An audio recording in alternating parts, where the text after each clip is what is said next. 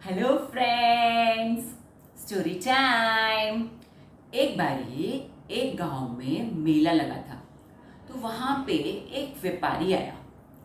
तो व्यापारी ने सब चीज़ें मेले में देखी, लेकिन उसने एक अजीब चीज़ देखी कि एक आदमी एक बॉटल के अंदर कुछ बेच रहा था।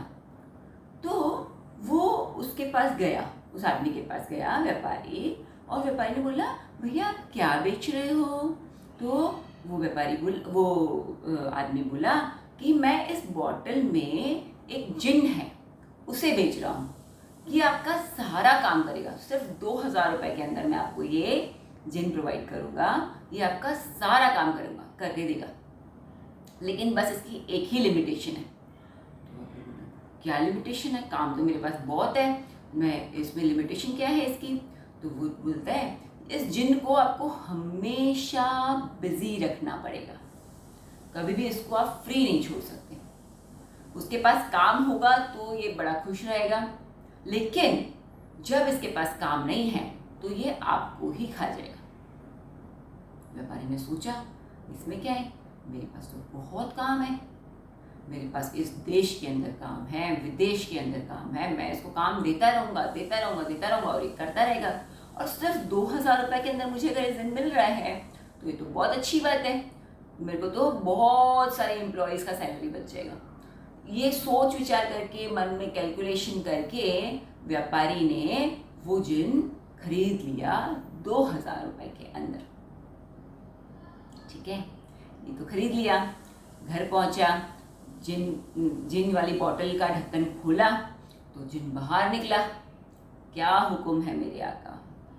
तब व्यापारी ने उसको सबसे जो मुश्किल काम था, उसका बहुत दिनों से जो हो नहीं रहा था, वो काम जिन को बताया। और जिन ने सोचो कितनी देर में वो काम किया, सिर्फ 15 मिनट के अंदर वो काम करके आ गया। अब दूसरा काम बताया, तीसरा बताया, चौथा बताया, काम बताते गया, दिन पूरा हो गया। दूसरे दिन भी बहुत सारे काम बताए, पूरा हो गया। ऐसे करते करते 15 दिन बीत गए। अब व्यापारी के पास में काम नहीं था। व्यापारी बोले, अब मैं इसको क्या काम बताऊं? ये तो जो काम बोलते हैं वो मिनटों में करके आ जाता है, अब मैं इसको क्या काम बताऊं? व्यापारी सोच में पड़ गया। अब जिन ने बोला, आपको हमारी शर्त याद है ना, अगर काम नहीं मिलेगा तो मैं आपको खा जाऊंगा।